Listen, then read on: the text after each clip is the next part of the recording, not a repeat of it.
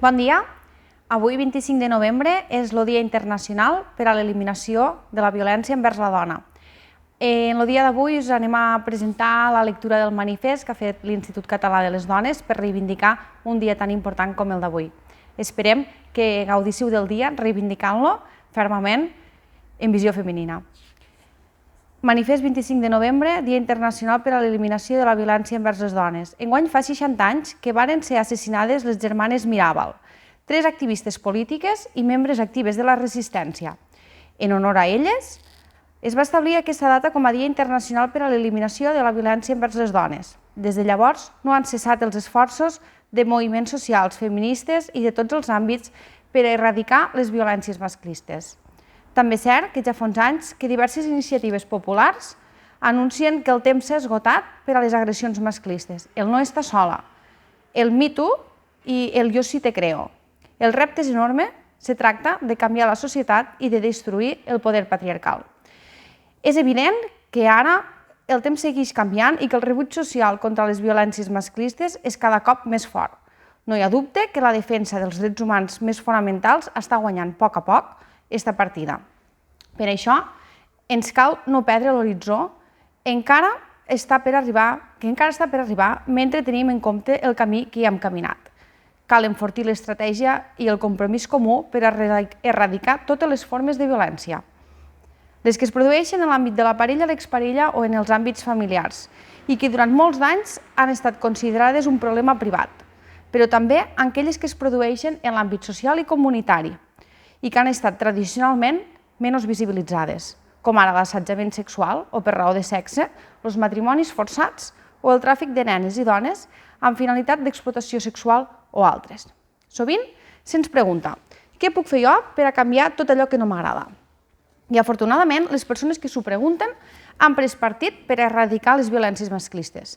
Segurament, mai abans havia hagut una implicació tan intensa, conscient cap al respecte de la violència masclista. I és que els darrers mesos han estat absolutament durs per a les dones i criatures que viuen en situacions de violència, com segurament ho seran els mesos que vindran mentre duri la pandèmia.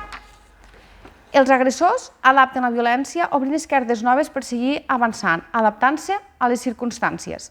El confinament ens ha demostrat que qui volia exercir el control sobre les dones i nenes ho ha tingut més fàcil que mai. De fet, els agressors els ha calgut emprar molta menys força que l'habitual per continuar mantenint els seus desitjos i privilegis. L'aïllament i l'increment de la violència psicològica ha estat freqüentat en contextos que s'ha reduït la xarxa social i l'activitat habitual de les dones per les restriccions de moviments, la reducció de la interacció social o l'augment del teletreball. S'han produït situacions d'assetjament sexual a canvi de recursos econòmics o allotjament quan les dones han tingut pèrdua d'ingressos i, per tant, dificultats econòmiques per a seguir endavant. S'ha produït agressions sexuals en entorns d'oci, informals en els que no hi ha persones professionals formades en matèria de violències sexuals. També en el món virtual, l'increment de les violències en línia està afectant a moltes dones i nenes fins al punt de posar en risc la seva pròpia vida. Les ciberviolències, com ara el control o assetjament a través d'aplicacions i xarxes socials o el sex branding, han pres rellevància en la situació de confinament i han permès als agressors controlar i assetjar les seues víctimes, dones, joves i nenes, sense necessitat de conviure amb elles. Però quan la violència s'adapta a les noves situacions, també ho fan les formes de resistir de les seues víctimes. Molts cops tendim a pensar, equivocadament, que les víctimes són éssers passius i resignats en la seva situació i desconeixem que, constantment, estan elaborant i readaptant les maneres en les quals es mantenen en vida.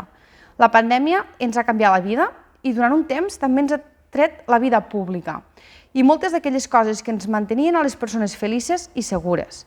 Hem comprovat que per a moltes a casa no és un sinònim de pau, sinó de por i de violència. Potser aquest any és el que hem après més que mai allò que ens havien ensenyat que no era cert i, contràriament al que creiem, el lloc més segur per a les dones i les nenes pot ser al carrer, a les places, als llocs on fem vida, mentre cada llar, la proximitat i allò que ens han ensenyat com a refugi pot ser l'espai més perillós per a nosaltres. Les cases podrien haver actuat com a búnquer on l'objectiu dels agressors era tenir control sobre la víctima, tenir por sobre ella, si no hagués estat per les múltiples campanyes socials i institucionals que s'han posat en marxa per posar fre a les violències. Quan hem tornat a ocupar els carrers i els nostres llocs, els masclistes han vist que perdien aquest poder. És per això que els majors episodis de violència han estat precisament quan s'ha produït el desconfinament. El nombre de trucades i atencions s'ha vist incrementat en xifres tristament històriques. Des del conjunt d'administracions manifestem el nostre ferm compromís en seguir treballant per desplegar polítiques públiques per posar fi a totes les violències masclistes i per garantir l'atenció, la recuperació i la reparació de les supervivents. Per això, no ens sabem estar de fer un reconeixement a totes aquelles persones que han superat allò de són coses de parella i han despenjat el telèfon, i a totes les associacions, entitats i grups feministes del país que han posat sobre la taula l'emergència de trobar solucions en aquests moments tan difícils. Necessitem, més que mai, un compromís unitari de la societat i les administracions per a garantir la vida digna de les dones i de les nenes. Vivint amb normalitat, els companys i companyes de feina, les amistats, les persones amb qui compartim activitats diverses, esdevenen vigilants informals del benestar. Compartim preocupacions, sensacions, observem els canvis i per això cuidem. Quan tot això s'ha vist impedit, ha estat més important que mai que tothom fes un pas endavant per a denunciar les violències masclistes en tots els seus àmbits i formes.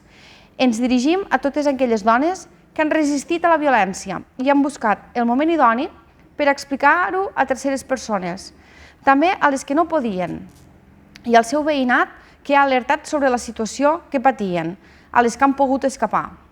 Ens dirigim, sobretot, a les que en una època tan incerta com la present encara romanen a les cases on hi ha el seu victimari.